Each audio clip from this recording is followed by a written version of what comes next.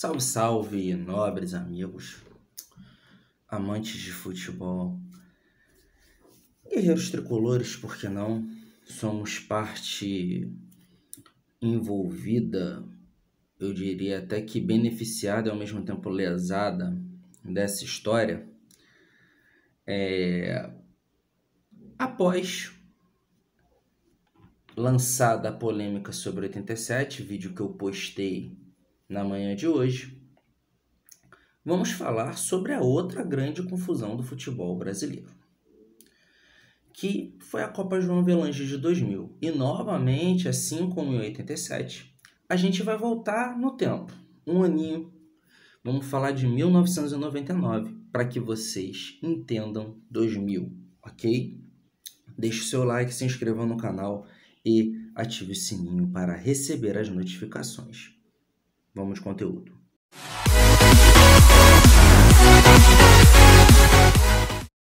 Então, senhores, seguindo o raciocínio, vamos para 1999, assim como a gente foi para 1986 para explicar 87. Sendo que há muitas semelhanças, tá? Há muitas semelhanças. Porém, em 99 foi muito mais grave. Dando uma consultada que eu já amei, até por ser parte envolvida como tricolor que sou, eu já tenho já tinha um esboço desse vídeo na minha cabeça, mas fui dar umas pesquisadas que às vezes escapa, né, da nossa memória um detalhe ou outro. Então, assim, em 1999, a CBF ela ainda não tinha uma convicção de como rebaixar os seus clubes, tá? O Fluminense, que tinha sido rebaixado em 96, era a pontuação do campeonato.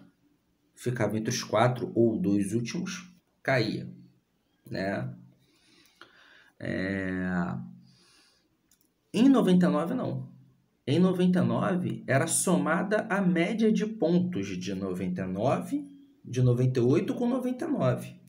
Se a sua média de pontos, né, desses 2 anos deixasse você entre os 4 últimos, aí você seria rebaixado. Se eu não me engano, é na Argentina que funciona mais ou menos assim. É média de pontos de tipo 2, 3 temporadas. Você não é rebaixado por uma temporada só. Você tem que ter uma sequência de 2, 3 temporadas ruins com uma média de pontos pífia para você poder cair. Correto? Sendo que nessa logística, seguindo nesse paralelo, quem vem da segunda divisão vem prejudicado. Por quê? Que era o caso do Gama, que também foi parte envolvida de forma direta. O Gama ele tinha subido de 98 para 99, ou seja, ele só teria um campeonato para tirar a média de 2. Entenderam a confusão? Assim, gente, eu vou deixar isso que eu ia falar agora para o final, né? Mas, enfim, é uma desorganização impensável. E estamos falando do ano de 1999, tá? O Campeonato Brasileiro já tinha 30 anos. E os caras ainda não sabiam como fazer o rebaixamento. E, claro, né, tentando proteger os seus. Não vamos ser hipócritas. Em 96, o regulamento é alterado para o Fluminense não cair. Mesmo assim, o Fluminense cai em 97. Talvez a queda do Fluminense tenha assustado os caras a ponto deles inventarem essa regra maluca, né, de média de pontuação para poder dificultar a queda do grande. Mesmo assim, não funcionou. O Botafogo, com o benefício de disputar um campeonato a mais dentro da média em relação aos pequenos, fez um campeonato horroroso em 99. Tanto que apanhou de 6-1 do São Paulo, onde Sandro Hiroshi deitou. Sandro Hiroshi. Assim como o Everton em 2013, o Sandro Hiroshi passa a ser o grande pivô de um dos maiores tumultos do futebol brasileiro. Se descobre que Sandro Hiroshi é gato. Informou uma idade, mas na verdade ele era mais velho. Isso, olha só, Não fiquem pensando vocês que é só o Botafogo não, tá? Esse erro do São Paulo de contratar um jogador com a idade errada significaria perda de pontos. O São Paulo poderia perder todos os pontos que disputou com o Sandro Hiroshi em campo. Automaticamente, o que aconteceria com o São Paulo? Cairia, correto? Ou seja, a gente pode colocar o São Paulo dentro dessa virada de mesa também. Enfim, se descobre o caso Sandro Hiroshi. O Botafogo vai na Justiça Desportiva pedindo os pontos da partida. E o que acontece? Os pontos são dados. Ou seja, o Botafogo ganhou 3 pontos de um jogo que ele perdeu de 6-1. Ok? Estamos entendidos aí? Com isso, outros clubes correm atrás. Internacional de Porto Alegre, que havia empatado com São Paulo, o fato do Sandro Hiroshi estar em campo, o Internacional também foi na Justiça e ganhou. O jogo tinha sido empatado. Olha só, gente. Olha só. O Botafogo perdeu de 6-1 e ganhou 3 pontos. O Internacional empatou com o São Paulo. Ou seja, em tese ele saiu de campo com 1 ponto. Ao recorrer à Justiça Desportiva, como eram, né, 2 clubes grandes e nenhum envolvido de forma direta no rebaixamento, né, entre aspas, o STJD dá mais 1 ponto para o Inter. Aí o Inter ganha 2 pontos no empate e o São Paulo fica com 1 ponto dele. Entenderam a confusão? 2 pesos e 2 medidas? A partir daí, outros clubes começam a entrar na justiça querendo arrumar ponto, arrancar ponto do São Paulo. Aí o São Paulo vai na justiça comum e consegue uma liminar o protegendo, para que ele não perdesse mais pontos, porque senão ele ia cair. Concorda comigo? Ou seja, São Paulo não pode perder mais pontos. Mas o Botafogo já ganhou os 3 pontinhos dele e o Internacional já ganhou mais 2. Beleza? Acaba o campeonato. Na média da pontuação, o Gama estava rebaixado. Era, né, o último do rebaixamento. Porém, se você tirasse os pontos que o Botafogo ganhou no tribunal, quem ganhou era o Botafogo. Mesmo tendo um campeonato a mais para somar ponto que o Gama. O que aconteceu? O Gama tentou ir na Justiça Desportiva, o Gama pequeno, né? Deferido. Não se deu por satisfeito, foi para a Justiça Comum. E foi até o limite, até onde pôde. Certo, estava dentro do seu direito. Com isso, a Justiça Comum emite uma liminar.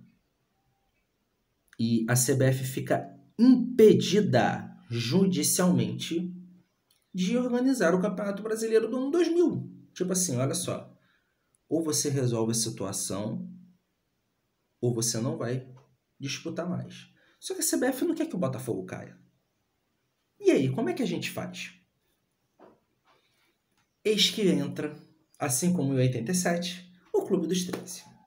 Mais uma vez chefiado por Eurico Miranda. Depois da cagada que ele fez em 87, ele ainda era presidente do Clube dos 13 em 2000.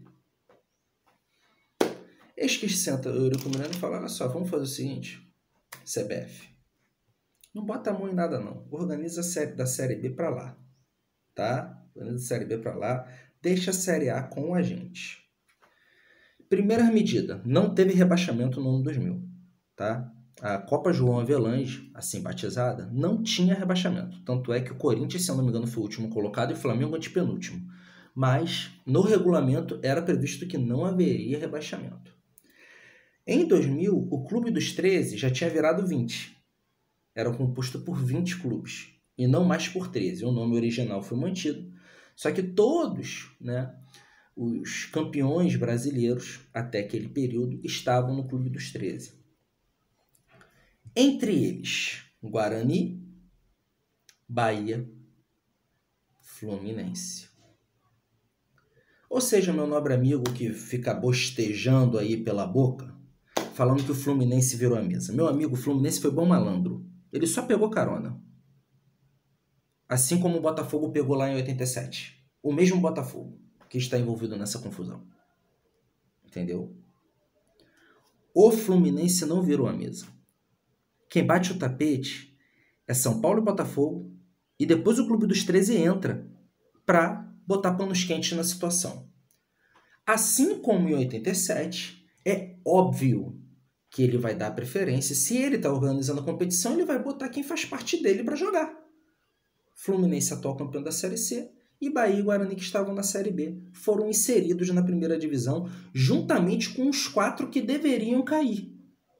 Ou seja, a Gama conseguiu ficar na Série A, pressionando através, né, da justiça comum, e os outros 3 que cairiam com Gama também permaneceram. Ou seja, tivemos uma Série A quase com 30 times novamente.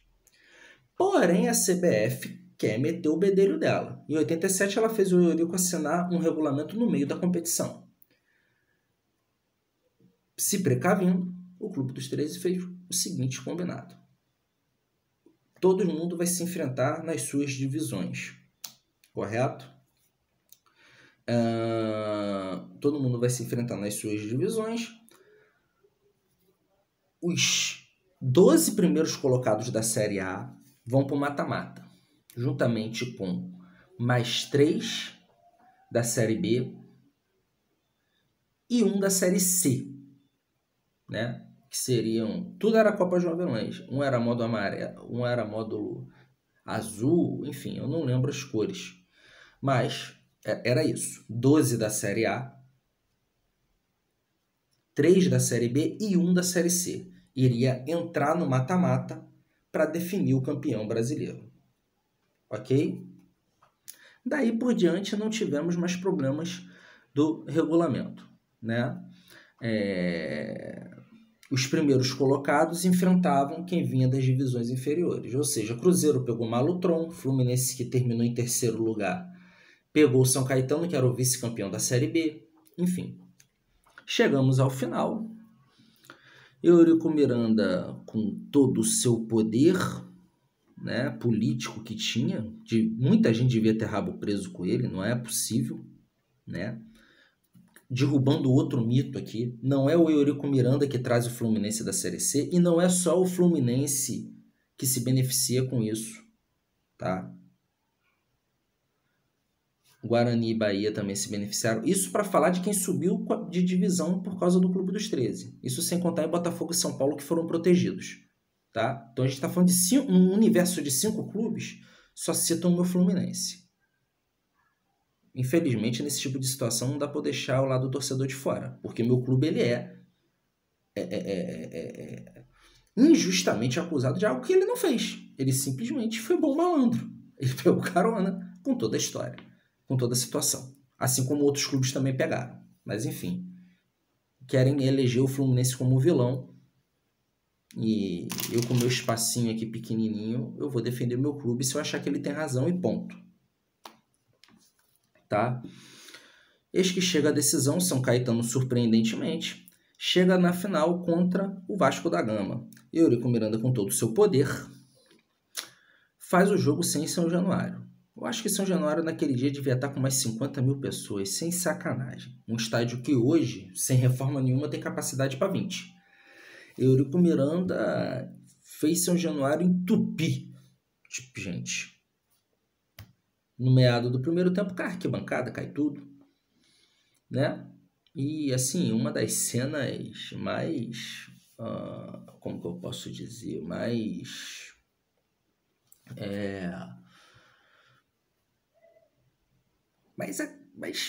acachapantes, assim, que eu vi no futebol. Ainda era garoto em 2000. Eurico Miranda, se ele pudesse, ele... varria as pessoas para fora do campo com uma vassoura. Ele queria que o jogo continuasse. Helicóptero pousando para socorrer, ambulância no campo, uma porrada de gente caída no chão, machucada. E ele falando, vai ter jogo, vambora, levanta. Tipo assim, se ele pudesse, ele pegava uma vassoura e ia varrendo todo mundo para fora do campo. Assim, um negócio surreal. Obviamente que o jogo foi suspenso e passado para o Maracanã em janeiro de 2021. É quando o Vasco conquista o seu último título brasileiro e o seu último ano de ouro, né? O Vasco ganhou o Mercosul naquele ano, ganhou o Brasileiro, enfim, foi o último ano de glória de fato do Vasco. Você teve aí a Copa do Brasil em 2011, mas não se compara àquele ano de 2000, que provavelmente foi o melhor ano da história do Clube de Regatas Vasco da Gama. Enfim, como eu falo nos outros vídeos, o Eurico tem a sua parte boa e tem a sua parte ruim, né? Enfim. Dito isso, encerro mais um vídeo dando meu veredito em relação a esses 3 vídeos que eu fiz. Por que existem outras viradas de mesa, tá? O próprio Fluminense em 96, Grêmio em 92, enfim, se a gente for puxar na memória, a gente vai encontrar muito mais. Teve o problema lá em 2013, enfim. Mas por que eu separei essas 3 situações? É que, para deixar bem claro para você, agora não é uma defesa institucional só do Fluminense, não. É de todos os clubes envolvidos nessa história. Eu quero mostrar para você, meu amigo, que o vilão do futebol brasileiro, ele não é o Flamengo, ele não é o Fluminense, ele não é o Corinthians, ele não é o Botafogo, ele não é o São Paulo. O vilão do futebol brasileiro chama-se Confederação Brasileira de Futebol, CBF. São eles que provocam essa confusão. Se a CBF quer tomar a rédea do futebol brasileiro para si, como sempre foi, e liderar os clubes, que faça isso direito. Que seja um líder que cobre dos seus clubes uma gestão séria e não passe a mão na cabeça deles quando eles estão na merda. Que seja um líder que puna o clube independente do seu tamanho se ele estiver errado. Um clube que, em vez de acatar a justiça, um líder que, em vez de acatar a justiça, prefere fazer acordo com os maiores para poder burlar a mesma. Hoje existe uma regra na CBF que, se você entrar na justiça comum, você pode ser excluído da entidade. Isso é ou não é burlar a lei? Só que aqui no Brasil pode tudo, né? Como assim eu me sinto lesado numa competição esportiva e não posso fazer uso da justiça comum? Que arbitrariedade é essa? Então, senhores, antes de apontar o dedo para qualquer clube do futebol brasileiro, aponte para a CBF primeiro, que está milionária, montando seleção com jogador que com os jogadores que o seu clube forma, ficando milionária com isso, enquanto você se fode com Lei Pelé e fica chorando vendo o seu clube com um monte de jogador ruim, porque quem é bom mesmo está na Europa. Deixe o seu like, se inscreva no canal e ative o sininho para receber as notificações. Tamo junto.